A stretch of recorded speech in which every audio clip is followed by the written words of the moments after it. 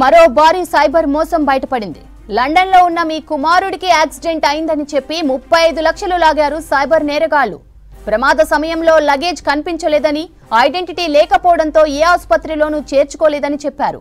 తాము చట్టవిరుద్ధంగా ట్రీట్మెంట్ అందిస్తున్నామని వృద్ధురాలికి చెప్పారు. ట్రీట్మెంట్ కోసం డబ్బులు పంపించాలని నమ్మించారు. నిజమేనని నమ్మిన వృద్ధురాలు పలు దఫాలుగా 35 లక్షలు పంపించింది. ట్రీట్మెంట్ పొందుతున్న తమ కుమారుడు ఫోటోలు, వీడియోలను పంపించాలని రిక్వెస్ట్ చేసింది బాధితురాలు.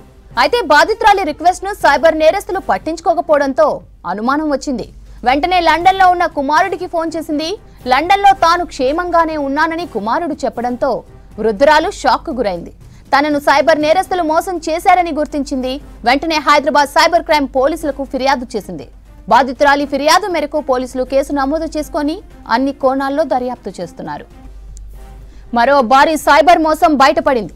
లండన్లో ఉన్న మీ కుమారుడికి యాక్సిడెంట్ అయిందని చెప్పి 35 లక్షలు లాగారు సైబర్ నేరగాళ్లు.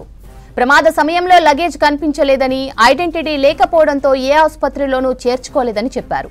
తాము చట్టవిరుద్ధంగా ట్రీట్మెంట్ అందిస్తున్నామని వృద్ధురాలికి చెప్పారు. ట్రీట్మెంట్ కోసం డబ్బులు పంపించాలని నమ్మించారు. నిజమేనని నమ్మిన వృద్ధురాలు పలు దఫాలుగా 35 లక్షలు పంపించింది. ట్రీట్మెంట్ పొందుతున్న తమ కుమారుడు ఫోటోలు, వీడియోలను పంపించాలని రిక్వెస్ట్ చేసింది బాధితురాలు. అయితే బాధితురాలి రిక్వెస్ట్ ను సైబర్ నేరస్తులు పట్టించుకోకపోవడంతో అనుమానం వచ్చింది. వెంటనే లండన్లో ఉన్న కుమారుడికి ఫోన్ చేసింది.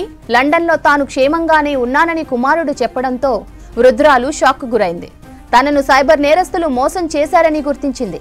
వెంటనే హైదరాబాద్ సైబర్ క్రైమ్ పోలీసులకు ఫిర్యాదు చేసింది. బాధితురాలి ఫిర్యాదు మేరకు పోలీసులు కేసు నమోదు చేసుకొని అన్ని కోణాల్లో దర్యాప్తు చేస్తున్నారు.